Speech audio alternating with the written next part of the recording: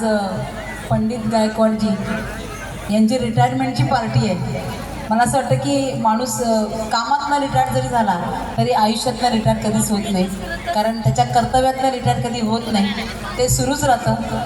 आत्तापर्यंत त्यांनी रेल्वेला स्वतःचं योगदान दिलं आहे, आता ते समाजासाठी योगदान देतील मला खात्री आहे. आणि ते देत असतानाच ताई, तुम्हाला जर वेळ दिला नसेल तर आता तुम्ही हट्टाने घेऊ शकता,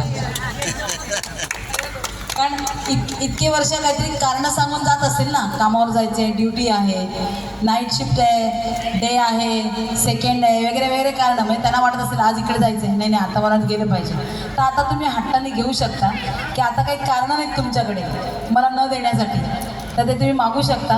आणि तुमचं रिटायर्ड लाईफ तुम्ही पूर्णपणे एन्जॉय करा, भरभरून आयुष्य जगा. आणि बऱ्याच काही गोष्टी आहेत की ज्या तुम्ही आत्ताही सुद्धा करू शकता, कारण माणूस फक्त त्याच्या ह्या नेहमीच्या कामातलं, म्हणजे आपण म्हणतो ना रुटीनमधनं थोडंसं वेगळा होतो, कारण तुम्ही कामातनं थोडंसं वेगळं, पण बाकी आपलं बरंच काय असतं जे तुम्ही करू शकता. आणि तुमचे चिरंजीव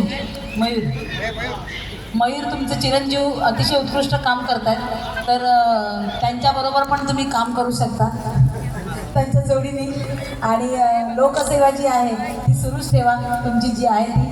आणि तुम्हाला पुन्हा एकदा भरभरून शुभेच्छा देते दोघांनाही तुमच्या नवीन इनिंगसाठी या. आणि धन्यवाद, मला इथे बोलवलं त्यानिमित्ताने तुमची प्रत्यक्षात भेट होऊ शकली, म्हणजे त्याची धावती भेट झाली असेल पण आज प्रत्यक्षात होऊ शकली आणि तुम्हाला सगळ्यांनाही भेटू शकले, त्याबद्दल मयूरचे मी पुन्हा एकदा आभार मानते आणि धन्यवाद. भेटत राहूया तुर्तास. जय हिंद, जय महाराष्ट्र.